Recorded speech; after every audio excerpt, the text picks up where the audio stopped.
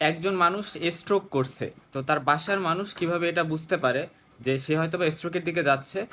এটা বোঝার জন্য আমরা বি ফাস্ট এই নিমোনিকটা দিয়ে মনে রাখতে পারি। বিতে হচ্ছে ব্যালেন্স। আমরা যদি অবজার্ভ করি যে পার্সনটার ব্যালেন্স বা বডির উপর যে কন্ট্রোল সেটা লস হয়ে গেছে, এটা একটা ওয়ার্নিং সাইন হইতে পারে।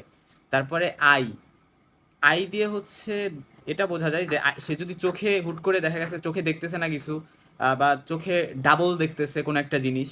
তারপর হচ্ছে ফেসটা দেখতে হবে, যদি ফেস দেখা গেছে কোনো একদিকে বেঁকে গেছে তাহলে সেটা আছে ইম্পর্ট্যান্ট একটা জায়গা।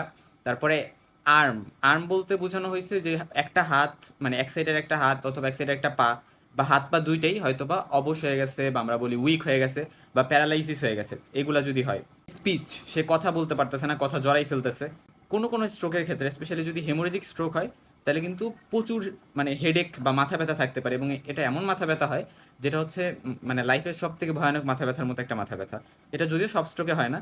তো এই সাইনগুলো দেখে কিন্তু বাসার লোক অবশ্যই হসপিটালে যাওয়া উচিত তার পেশেন্টকে নিয়ে, সো দ্যাট মানে সে ভালো ট্রিটমেন্ট পাইতে পারে। কারণ স্ট্রোক এমন একটা জিনিস, সময়ের সাথে সাথে কিন্তু বেশি ড্যামেজ হইতে থাকে ব্রেইনের। সেই জন্য যত আর্লি নেওয়া পসিবল, যত আর্লি ম্যানেজ করা পসিবল ততই ভালো।